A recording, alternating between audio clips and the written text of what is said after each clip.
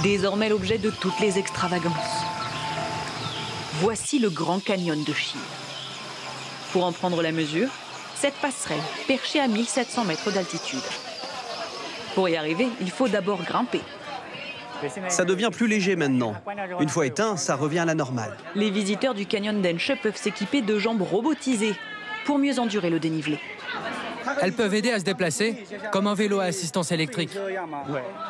Pensé pour les personnes âgées ou à la capacité physique limitée, ce harnais est censé réduire l'effort physique de 30%. La puissance est réglable. Nous sommes actuellement sur le niveau 7 ou 8. Il y en a 15 au total. Vous pouvez régler la puissance en fonction de vos besoins. Ça semble plutôt bien.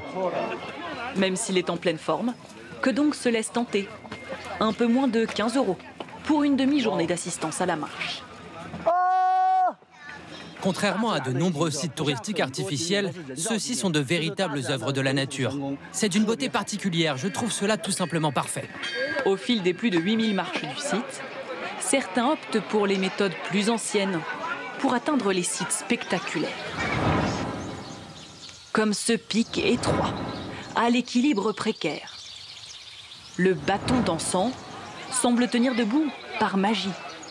Certains lui prêtent d'ailleurs des vertus mystiques, au point de se recueillir en prière à son pied. Je suis venue ici pour prier. C'est un endroit à voir absolument. 150 mètres de haut, 6 mètres de diamètre à peine, tout juste 4 à son point le plus fin. Une fois son cliché pris, on redescend, cette fois par un escalator. Le canyon d'Enshe s'étend sur 108 km. Il abrite des centaines de grottes, dont celle dite du dragon volant, parmi les plus grandes d'Asie. Si grandes qu'on s'y déplace en minibus à l'horizontale et à la verticale. Une montgolfière transporte les plus audacieux. Ils sont 8 pour gérer la nacelle, avec ses tendeurs conçus pour maintenir le ballon à bonne hauteur. Allez, allez, vite! Pas de temps à perdre, les touristes se succèdent.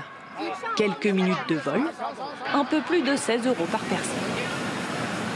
Je sciais un peu et j'étais un peu inquiète. Mais en fait, tout s'est bien passé. Le Grand Canyon d'Enshe attire désormais 500 000 visiteurs par an.